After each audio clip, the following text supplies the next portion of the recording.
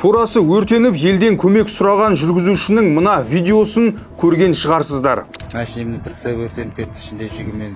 Енді сол бастығым осы жартысын көмектесем деп отыр. Жартысын енді өзім қайдан табам. Шығынның 50%-на көмек сұраған жүргізушіге ел 3-4 күннің ішінде қомақты қаржы жинап береді. Ермек елге ризашылығын білдіріп, алғысын айтты. Ассалаумағалейкум қазақ елі. Сіздердің арқаларыңызда бүгін осынша 15 миллион ақша жиналды. Сіздердің арқаларыңызда мен бала-шағама ақша берілді. Көмектеріңіз тиді.